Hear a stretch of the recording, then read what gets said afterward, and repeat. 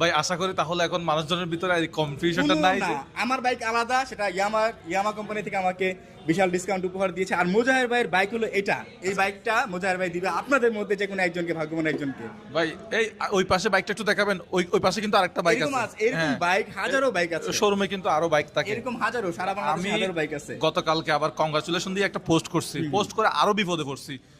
মানুষ তো ওখানে ভাই এটা তো বিশ্বাসঘাতকতা করলেন, বিশ্বাস ভেঙে ফেললেন তাড়াতাড়ি। আমি দিছি পোস্টটা ডিলিট করে, আমি বলছি পরের ঘটনা পরে হবে, আগে পোস্ট ডিলিট করে এখন আরেক ঝামেলায় পড়ছি।